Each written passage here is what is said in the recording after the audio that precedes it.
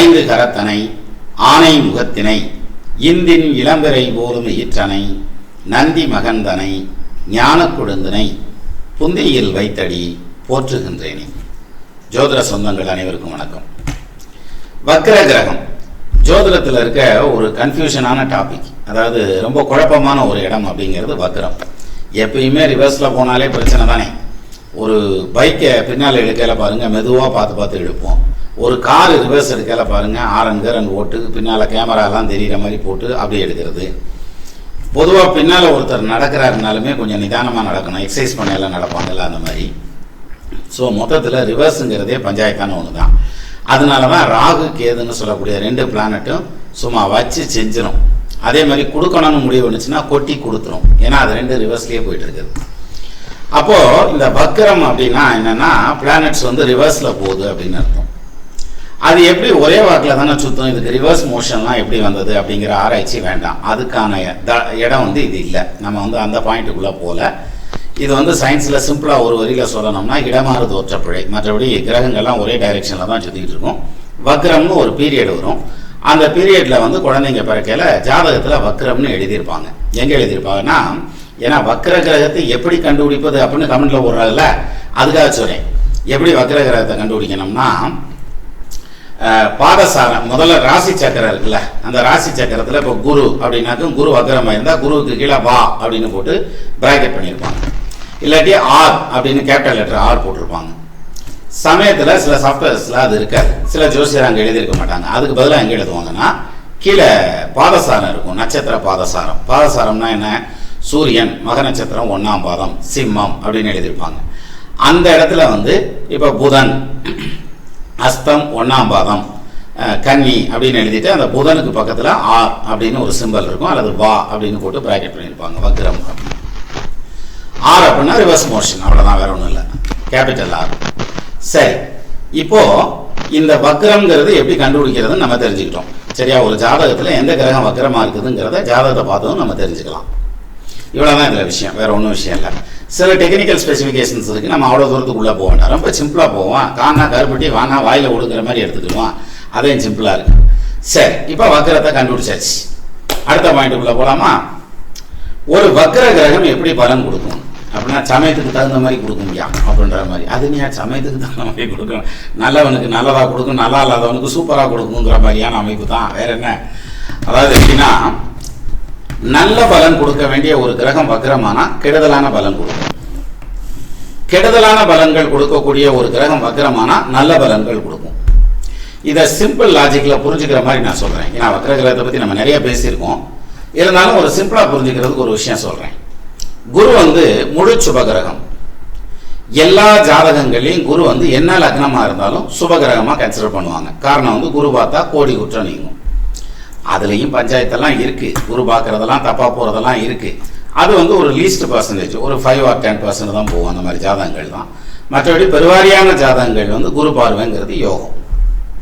சரி, அப்போது இந்த குரு யோகமான ஒரு கிரகம், அது வக்ரமாயிருச்சுன்னா அது ரிவர்ஸான பலன் செஞ்சு பாதகமான பலன்களை செய்யும். குரு கெடுக்கும். அதனால தான் நிறைய பேர் ராகு தசை முடிஞ்சதுக்கப்புறம் குரு தசை வரும். சார், ராகு தசையில் நான் ஜம்முன்னு இருந்தேன், நல்லா இருந்தேன். ஆனால் குரு தசையில் கூறு எடுத்தே அவனே நம்ப சரம் படுறோம்யா. ராகு தசையில் ஓஹோன்னு இருந்தேன், அம்புட்டு காசு வேணும் சம்பாரிச்சு, ஒன்றும் மிச்சம் இல்லை அப்படியா. இந்த குரு தசையில் புத்தி எக்கச்சக்கமாக சேர்ந்துறேன். ஆனால் பணங்க சேர்றது கஷ்டம். ஏன்னா இந்த குருலாம் வக்ரமாக இருந்ததுன்னா சிக்கலாயிரும். சரி, இப்போ சனி முழுமையான பாவகிரகம் அப்படிங்கிறோம். சனி முழுமையான பாவகிரகமாக இருந்தால் நிறைய பேர்த்துக்கு யோகம்லாம் செய்கிறதுங்கிறதெல்லாம் உண்டு. அதையும் நம்ம நிறைய பார்த்துருக்கோம். அதனால் இப்போ சனி நல்ல கிரகமாக கெட்ட கிரகமாங்கிற ஆராய்ச்சி வேண்டாம். சனி முழு பாவகிரகம் இல்லையா, அவர் வக்ரமாயிட்டார்னு வைங்களேன், நல்ல பலன் செய்ய ஆரம்பிச்சிருவார். சார், உள்ள பத்து கொடுப்பார், கல்யாணம் பண்ணி வைப்பார், சொத்து சோகம் வாங்கி கொடுப்பார், பேரு புகழ் சம்பாரித்து கொடுப்பார், இது உங்களுக்கு பின்னால் ஃபாலோவர்ஸ் நிறைய பேரை உருவாக்கி கொடுப்பார். அதெல்லாம் சனி தான் பண்ணணும். இப்போ பாருங்க, இங்கே கெட்ட கிரகமான சனி நல்ல பலனையும் நல்ல கிரகமான குரு கெட்ட பலனையும் செய்யுங்கிறது இந்த டியூ டு வக்ரம் அப்படிங்கிற மாதிரியான பாயிண்ட். இப்போ வக்ரத்தினுடைய நேச்சர் ஓரளவுக்கு புரிஞ்சிருக்கும். சரியா? சரி, இப்போ இது ரொம்ப சிம்பிளாக புரிஞ்சுக்கிறதுங்கிறது, ஒரு பொண்ணுக்கு அம்மா அப்படிங்கிறது பொண்ணு மேலே ரொம்ப பாசமாக இருப்பாங்க. கட்டி கொடுத்ததுக்கப்புறம் பொண்ணு மேலே ரொம்ப ரொம்ப பாசம் வந்துடும். அந்த பொண்ணுக்கும் அம்மா மேலே பாசம் வரும். எப்படிமா என்னையெல்லாம் வளர்த்தேன், நான் பிள்ளைகளை பற்றிட்டு பாடா பட்டுக்கு இருக்கேன் அப்படிம்பாங்க சிலர். அந்த அம்மாங்கிறது நேர்கதின்னு வச்சுக்கோங்க. மாமியார்கிட்ட போய் மாட்டுறாங்க இல்லையா, அதுதான் வக்கரம். அப்போ இது வக்கரம், அது வந்து நேர்கதி, இப்படி வச்சுக்கலாம். ரொம்ப சிம்பிளாக புரிஞ்சுக்குது. சரி, இப்போ ஒரு சிலருக்கு வந்து பார்த்தீங்கன்னா ஒரு கிரகம் வக்கரம் ஆயிருக்கும், சிலருக்கு 2 கிரகம் வக்கரம் ஆயிருக்கும், சிலருக்கு 3 கிரகம் 4 கிரகம்லாம் வக்கரமாயிருக்கும். எல்லா ஜாதகர்களுக்கும் 2 கிரகம் ரிவர்ஸில் போயிட்டு இருக்கும். எது ராகுவும் கேதுவும் டோட்டலாக பூரா ஜாதகத்துக்குமே ரிவர்ஸில் தான் இருக்கும். அது இல்லாமல் ஒரு கிரகம் 2 கிரகம் 3 கிரகம் 4 கிரகம்னு வக்கரம் தான் உண்டு. சரி, இப்போ இது மாதிரி வக்கரமான கிரகங்கள் நிறைய இருந்ததுன்னா, அல்லது ஒரு 2 கிரகம் 3 கிரகம் வக்கரமாக இருக்குன்னா, அடுத்தடுத்து அதனுடைய திசையே நடந்ததுன்னு வைங்களேன், ரொம்ப சிரமம். ஏன்னா வக்கரம்ங்கிறது வந்து பிரச்சனையை கொடுக்கக்கூடிய வக்கரமாக அமைஞ்சிருச்சுன்னு வைங்களேன். இப்போ ஒரு 7.5 சனினா கூட 7.5 வருஷம் தான் சார். ஆனால் சனி வக்கரமான 19 வருஷத்துக்கு ரிவர்ஸில் பலன், குரு வக்கரமான 16 வருஷத்துக்கு ரிவர்ஸில் பலன். அதே இது நல்ல பலன் செய்கிற மாதிரி வக்கரம் ஆயிடுச்சுன்னா 19 வருஷத்துக்கும் யோக பலன், 16 வருஷத்துக்கும் குரு தசையில யோக பலன். இது எப்படி இருக்கு? அப்போ 2 பக்கமுமே வந்து பேசும். அப்போ ஒரு ஜாதகத்துக்கு எப்படி பலன் கொடுக்கும் அப்படிங்கிறத எதை வச்சு நம்ம நிர்ணயம் பண்றது அப்படிங்கிறது, அதுதான் அவன் செஞ்சுட்டு வந்த கர்மா. தக்கார் தகவலார் என்பது அவரை எச்சத்தார் காணப்படும். அதான உண்மை. யார் வந்து என்ன பண்ணிட்டு வந்திருக்கோமோ அந்த கர்மாவை தீக்கிறதுக்கு தானே பிறப்பெடுத்து வந்திருக்கிறோம். நல்ல விஷயம் 4 விஷயம் செஞ்சுட்டு வந்திருந்தோம்னா இன்னைக்கு நல்ல பலன் கிடைக்கும். நல்லா இல்லாத செஞ்சுட்டு வந்திருந்தோம்னா இங்கேயும் பிரச்சனையாக தான் ஓடிக்கிருக்கான். அதுக்குத்தான் சொல்றாங்க, இளமையும் நில்லா யாக்கையும் நில்லா வளவிய வான்பொருள் செல்வமும் நில்லா புத்தேல் உலகமும் புதல்வரும் பாரார் மிக்க அறமைய விடுத்துணையாவது. உன் கூட வர்றது நீ பெற்று வச்சிருக்க புள்ள குட்டிகள்லாம் கிடையாது. நீ எத்தனை கோடி எத்தனை லட்சம் எத்தனை மில்லியன் சம்பாரிச்சு வச்சிருக்கேங்கிறதெல்லாம் உன் கூட வராது. உன் சொத்து வராது, அதிகாரம் வராது, பதவி வராது, உன்னைய சுற்றியில் இருக்க ஃபேன் கிளப் வராது, உன்னை சுற்றியில் இருக்க ஆகா ஓகோன்னு துதிவாடக்கூடிய குரூப் எல்லாம் யாரும் வர முடியாது. சொல்லியும் கிடையாது. இளமையும் நில்லா யாக்கையும் நில்லா, உடம்பு நிற்காது, நமக்கு இருக்க இடமையும் நிற்காது. வளவிய வான்பொருள் செல்வமும், நீ வானத்தளவுக்கு செல்வம் சம்பாரிச்சேன்னா கூட வராது. விசும்பனை இடரும் மேனி. இந்த இவருக்கு கும்பாரனுக்கு தான் சொல்லுவாங்க, வேணாம் அப்புறம் தமிழுக்குள்ள போயிருக்கீங்க. அப்போ கூட வர்றது என்ன வரும் தெரியுமா? நம்ம செஞ்ச பாவமும் புண்ணியமும். மிக்க அறமே விழுத்துணை ஆவது. உண்மையான மனசோட செய்யக்கூடிய உதவிகள் இருக்கு இல்லையா, நம்ம உதவி செஞ்சாக்கா நல்லா இருக்கும்னு நினச்சிட்டு செய்யக்கூடாது. கஷ்டப்படுறவனுக்கு நம்ம ஒரு உதவி செஞ்சால் அவனை கஷ்டத்துலேருந்து மீட்டெடுக்கலாம் அப்படிங்கிறதுக்காக உதவி செஞ்சீங்கன்னா அந்த அறம் உங்கள் கூடவே அடுத்த பிறப்புக்கு வரும். அப்படி எத்தனையோ யோகத்தை நீங்கள் செஞ்சு வச்சிருக்கிறதுனால தான் இப்போ வந்து யோகத்தை அனுபவிச்சுட்டு இருக்கீங்க. சரி, இப்போ ஒரு ஜாதகத்தை அதுக்கு எடுத்துக்காட்டாக வச்சுக்கிடுவோம். நம்ம பேசிக்கிட்டே இருந்தால் அப்படித்தான் இருக்கும். இப்போ இந்த ஜாதகத்தை எடுத்துங்க.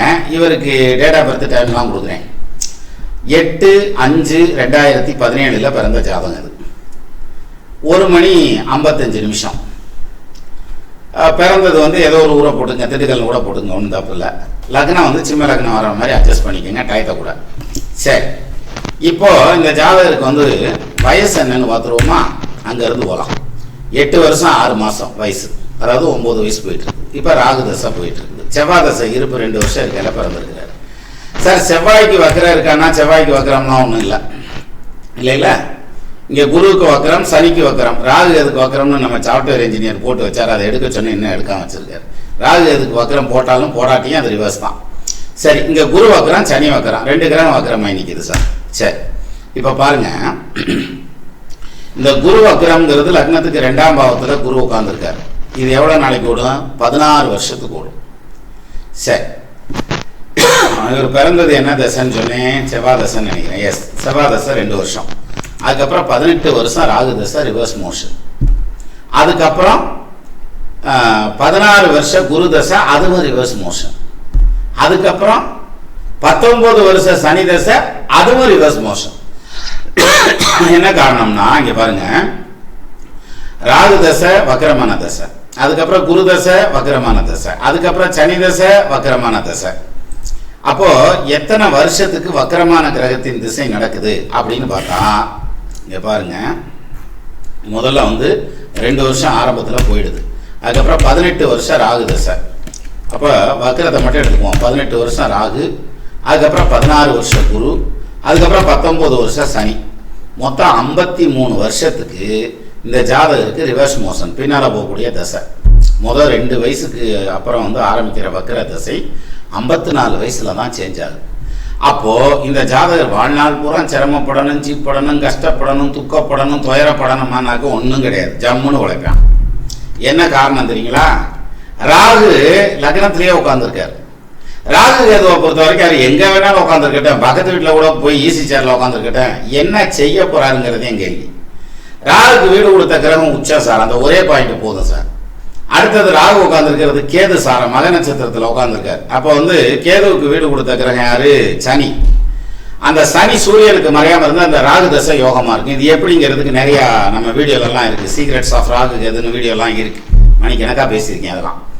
அப்போ இந்த ராகு வந்து பாசிட்டிவான பலன் செய்யறதுக்காக உட்காந்துருக்காரு. அப்போ 18-20 வயசு முடியறதுக்குள்ள, ஏன்னா முதல் 2 வருஷம் செவ்வாய் தசை, 20 வயசு முடியறதுக்குள்ள பிரமாதமான படிப்பை கொடுத்துருவார்.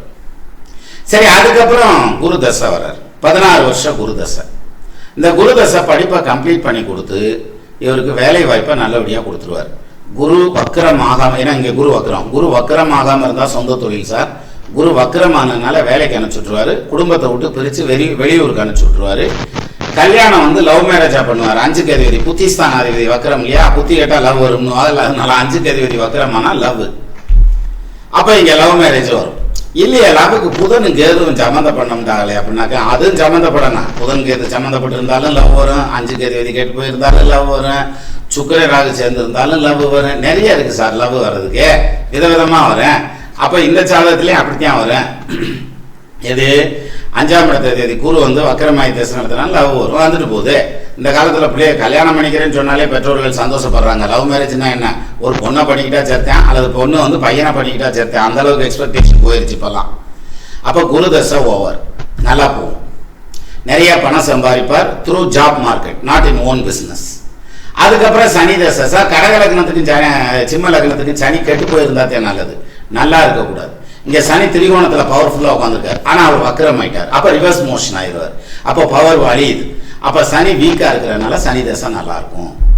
அப்போ பாருங்க, இவருக்கு ராகு தசை, குரு தசை, சனி தசை, இந்த 3 தசையும் முடியலை. வயசு என்ன வயசு போயிருக்கும்னு பாருங்க. ராகு குரு சனி கிட்டத்தட்ட 55 வயசு ஆயிடுது. அதுக்கப்புறம் புதன் தசை வருது சார். அந்த புதன் தசை வக்கரம் கிடையாது, நல்லபடியாக இருக்குது. அந்த புதன் நல்லபடியாக இருக்கிறத பற்றி பிரச்சனை இல்லை, திரிகோணத்தில் தான் இருக்கார், லக்னாதிபதியோடு இருக்கார், நல்ல பலன் தான் செய்ய போகிறார். அதுக்கப்புறம் லைஃப் நல்லா போக விடுங்க. ஆனால் இந்த அடுத்தடுத்து வக்கர திசைகள் வருது அப்படின்னா அது மிகுந்த யோகமாக இருக்கிறதுங்கிறதும் உண்டு. இது மாதிரி சிலருக்கு வந்து தோஷமாகிறதும் உண்டு. இப்போ ஒரு கேள்வி வரும், லக்னத்துக்கு அட்டமாதிபதினு சொல்லக்கூடிய 8க்கு அதிபதியான குரு வக்கரம் பெற்ற நிலையில நின்னா ஆயுசு கெட்டு போயிடாதா, அல்பாயுசுல போயிட மாட்டானா, குரு தசையில வந்து கண்டம் வந்துடாதானா? வராது. ஏப்பா வராது அப்படின்னா, லக்னாதிபதி உச்சம்யா. ஆயுசை பத்தி சொல்லல, லக்னாதிபதி ஆயுள் காரகன், அட்டமாதிபதி, இவங்க எல்லாத்தையும் சேர்த்து வச்சுதான் சொல்லணும். சும்மா நம்ம சௌரியத்துக்கு அஷ்டமாதிபதி பீஸ் போயிட்டாரு அதனால அவ்வளவுதான், ஒன்றும் கிடையாது அப்படின்னு சொல்லக்கூடாது. 3 பேஸ்ல 1 பேஸ் போனா கூட 2 பேஸ்ல எரியும். அப்ப அது மாதிரி இங்க வந்து குரு தசையில ஆயுள் போகாது, அஷ்டமாதிபதி வக்ரன்னு எடுத்துக்க வேண்டியதில்லை, சரியா? ராகு தசையை பத்தி பிரச்சனை இல்லை. சனி தசை பஞ்சாயத்தில் தூட்டுருமா? இழுக்காது. சனி வந்து தொழில் காரகன் இல்லையா? அப்ப அந்த தொழில் காரகன் சனீஸ்வரன் எப்படி நிற்கிறாரு? வக்கரமாய் நிற்கிறாரு. அவர் வக்கரமாகாம திரிகோணத்துல இருந்தா சொந்த தொழில் பண்ண வைக்கும் சனி தசையில. ஸ்டார்ட் அப் கம்பெனி, ஓன் பிசினஸ்னு கொண்டு போகும், இது அது கொண்டு வராது. அப்ப என்ன செய்யும்? வேலைக்கு அனுப்பிச்சுடும். 55 வயசு வரைக்கும் ஓடிடும். அது வரைக்கும் சம்பாதிக்கிறத வச்சு அதுக்கப்புறம் அவன் நல்லா பிழைச்சாலே போகும் இல்லையா? ஆக ஒரு ஜாதகத்துல வக்கரமான கிரகம் இருக்குன்னா உடனே மிரண்டக்கூடாது.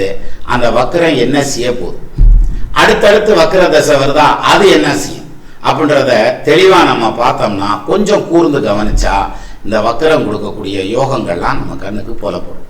இறையருள் இருக்கணும்ல, இருந்தா தானே புலப்படும். சரி, அப்போ மீண்டும் நம்ம இன்னொரு வீடியோல சந்திக்கலாம். நமது நண்பர்கள் ஆள் போல் தழைத்து அருகது போல் வேரூன்றி மூங்கில் போல் கிளைகிழைத்து முதியாமல் வாழ்ந்திருக்க வாழ்கவென வாழ்த்தி அமைகிறேன்.